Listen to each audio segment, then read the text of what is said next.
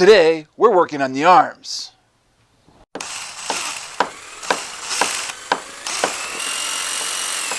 Hey everyone, it's Tony from the Handlebar Workshops, and today we're in the garage workshop. Welcome to episode 4 of our Morris chair build. We're going to be working on the armrests for the chairs today using some bentwood lamination. This is the video where we kind of get in depth into that process. If you're looking for more of an overview type video, I'm going to post that after everything's done. So if you're looking at this in the future, be sure to check the links below to find that video. So when considering armrests for Morris chairs, there's a couple options. A few options actually. Some of them are just straight, which won't really work for what we're doing here since our legs are already off kilter a bit. Some of them have a kind of a more angled, and some of them are more swoopy kind of curvy bit. Can you guess which one we're going for? That's right, the swoopy ones. So now to figure out the shape of the armrest here, I've laid out one of the sides, making sure the legs are flush at the bottom here. And I traced out just the top part here. To approximate the shape of the armrest, I've got a bendy stick here that I've marked at 42 inches, which is about what I've seen in the free plans online. I'm going to start 2 inches from the edge of my front leg here. I need to figure out where to go with it. Playing around a bit earlier, I realized that my legs are slightly too short, so the bottom of the armrest is going to touch right here at the corner of this leg. And then bringing that around a bit more, I can bring it right to there. And I think that's a pretty good shape for the arm. Now pulling some measurements with a square, I can mark here at the top where it's going to be fairly flat. I brought a line out here, and then here's where it's going to end here. That's a 7-inch drop from the front to the back. So when we make our forms for bending, they're going to have to be 42 inches long, maybe slightly longer, and at least 7 inches of a curve. But from what I've read online, you've got to account for a 20% spring back. So that means in order to get this here, I actually got to bend it about 8.4 or about 8 3/8 inches. And then once it's finished drying and I take it out of the molds or the forms, it's going to spring back just a little bit.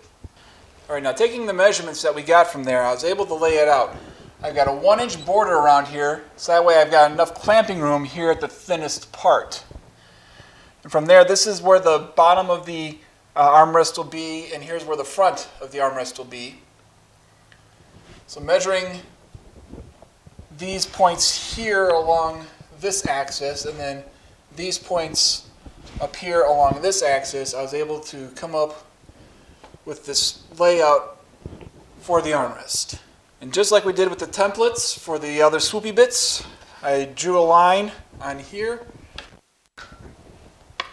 I set the compass to about 1 inch, slightly more. And I'm going to run the pointed part along the line that's already there and draw a new line 1 inch away from the other line. That's how thick the armrest is going to be. It's going to be a 1-inch armrest. Then I can mark 1 inch from the top of that line I just drew with the compass.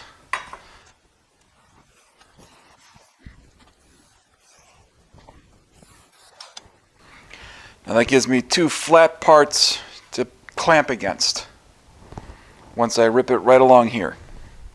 So I'm going to use this jigsaw and cut along the lines that I drew here and leave myself that inch gap. The reason we need to leave that inch gap is because when we start laying in the pieces of cherry and gluing them up, if that gap isn't there, it's not going to lay right on there if you just cut it along one line. So in order for everything to look right, we got to leave that the depth or the thickness of whatever we're gluing up. Now MDF is notorious for kicking up a lot of dust. A lot of dust. You don't want to breathe any of that in, so make sure you've got a good dust mask or a respirator, even better. And some glasses, maybe even some hearing protection. Keep yourself safe, everyone.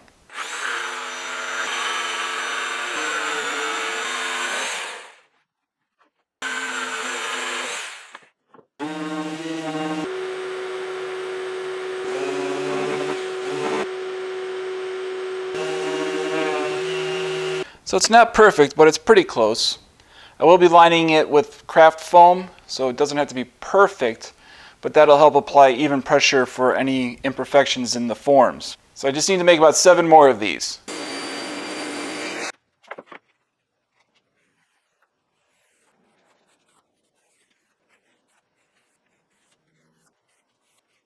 We've got a lot of MDF to cut en route today. That's going to create a lot of dust. So we've got the big garage door open with a couple fans and the back door open to create a cross draft to pull as much of that dust out as possible. We're clamping 2 pieces together and cutting them out at the same time. That should cut the amount of time in half to cut these apart. We're going to be using the original template that we cut out and sanded. It's kind of the middle of a sandwich here, where we glue and nail it down to the bottom piece, and glue and nail down a top piece. Then we'll use that center template to route the top and bottom pieces. And then we'll add more. And then we'll repeat the process. And we will repeat the process again. This should give us a form thick enough for our armrest. Alright, so now I need to make some registration points for the forms. I've added on this one here at the bottom so that it catches the big part of the form nice and registers there. I'm going to add one here. Now remember, I'm going to have about an inch or inch and a half of material in between here, so I want to make sure that I can catch the side of this with this piece of wood here so it doesn't move around on me when I've got an inch worth of stuff in the middle there. So I made some marks for myself here. That way I know where to line it up at.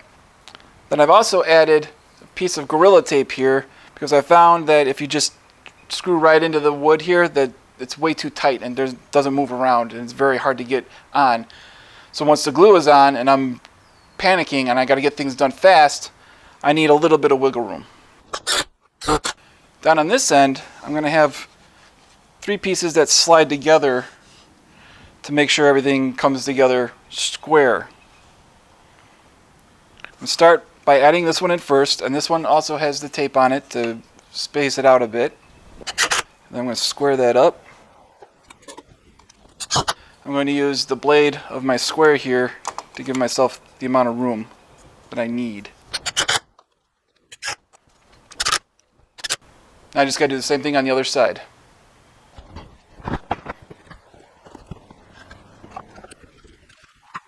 So then I glued on some craft foam sheets to get a nice even pressure on the armrest as it's drying.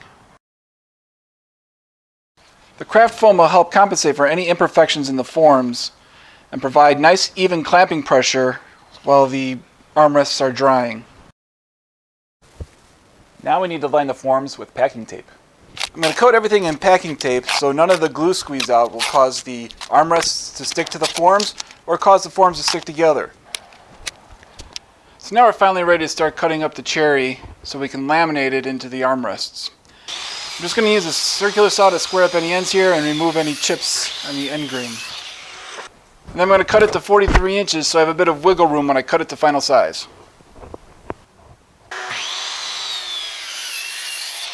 The wood came from the lumber yard with one flat edge, so I'm going to run that along the fence and cut everything down to the same size. After some experimenting, I found that 3/16 inch slats gives me the best ratio of bendability to the least amount of waste. I put the blade right up against the tooth, then I put the wood right at the 3/16 mark. Then I'm going to bring my fence over right until it touches and then lock the fence down. And with the fence set, I can set the back of a feather board up as a stop block. That way I'll always be cutting 3/16 to the left side of the blade. To help with a more consistent grain pattern after the glue up, I'm going to put a little triangle on there to make sure that I can line them back up properly in the right orientation after they're cut.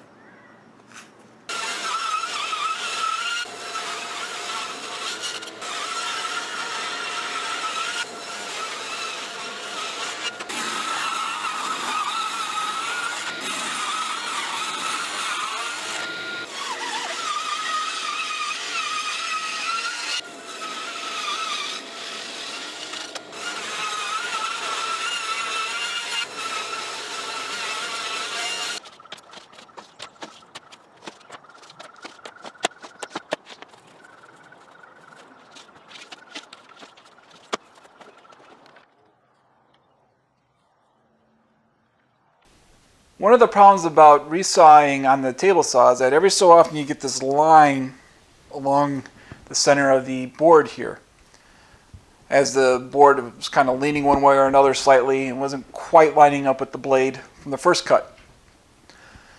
But it's not that big a deal because we got the same but opposite cut on the bottom part here. As long as we're registering here with our triangles, it kind of registers itself right in where it's supposed to be.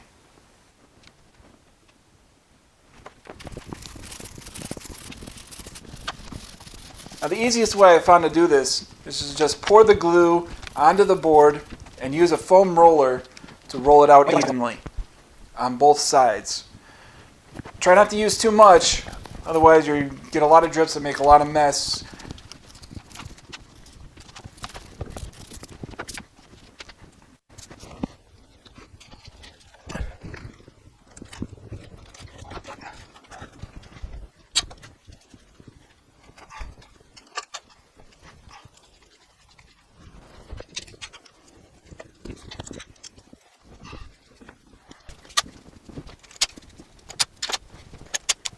These small clamps align all the pieces of wood along one side.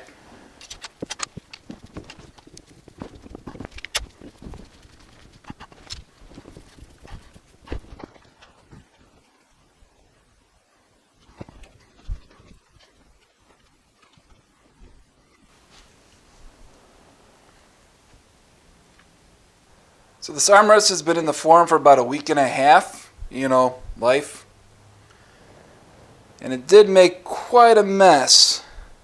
So if you attempt to do this, make sure that you have someplace that you can mess up without too many consequences. Now let's get those clamps off. And one thing I'm not too happy about is how that piece of plywood kind of pushed out as we were pushing things down. I was hoping it would keep things in a bit better. I have to work on that on my next one.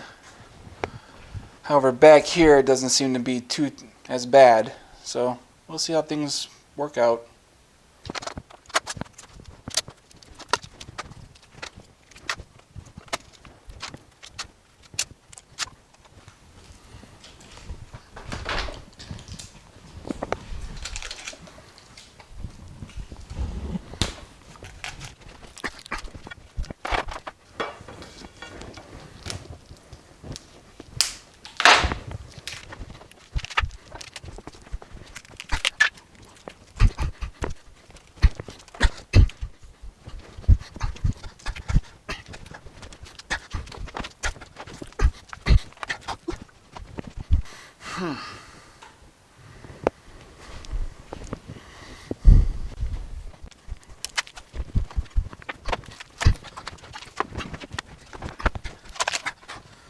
Oh, that did it.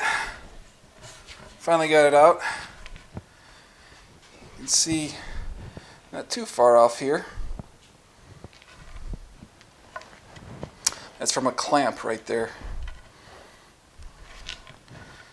Some of it was, even after a week and a half, some of this was still not quite dry. Amazing.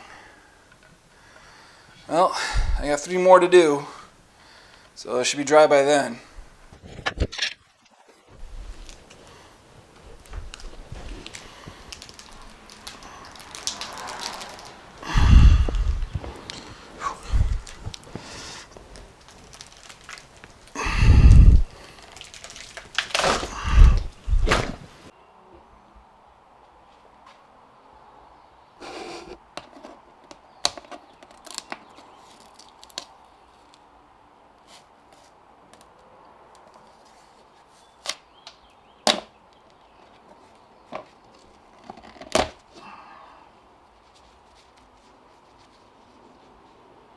Now that they're out of the forms, the glue is squeezed out everywhere and dried. We got to clean that up before we can put it on the jointer.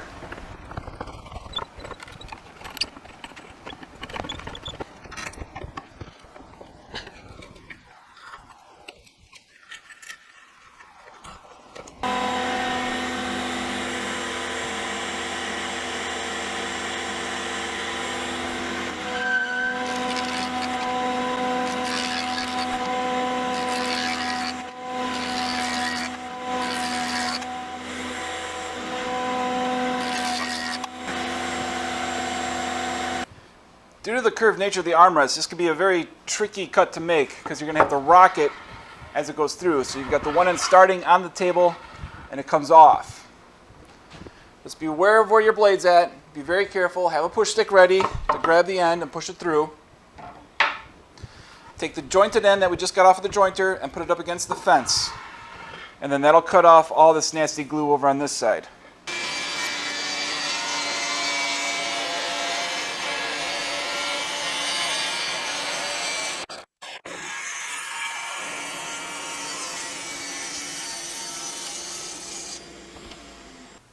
Alright, so let's see how I did here. This is one of the MDF boards that I had prepared to cut for the form, but I ended up not needing because the form was wide enough. But I still have that arc along here so I can see how I'm doing. I'm not sure if you can see that on camera too much. I'll zoom in a little bit. But I'm going to line up the bottom of the armrest with the bottom line on here, with the front of the armrest lined up on the bottom line over on that end. Here we're looking at the back. You can see we got a little bit of spring back here from this line. You can see the top line comes up about here. And that's about 5/16 of an inch, which isn't too bad. I was expecting a bit more. However, my real problem is that from one armrest to another, even though they're lined up at the far end over there, this one's actually pushed back a little bit farther. This one's a good 3/16 of an inch farther that way than the bottom one. So I'm going to have to do these all individually. Nothing is going to be able to fit anything else. Now another issue I'm having, it's kind of hard to see here on camera. There's some gaps here between the layers, the laminates here. And they're not too good looking. I think maybe with a little glue and some sawdust, should be able to fill all those in and get it looking pretty good. So we're going to put an end to it there for the time being. Watch the next one to see what happens with these arms. If you like this video, give me a thumbs up and think about subscribing down below. Thanks. See you in the next one.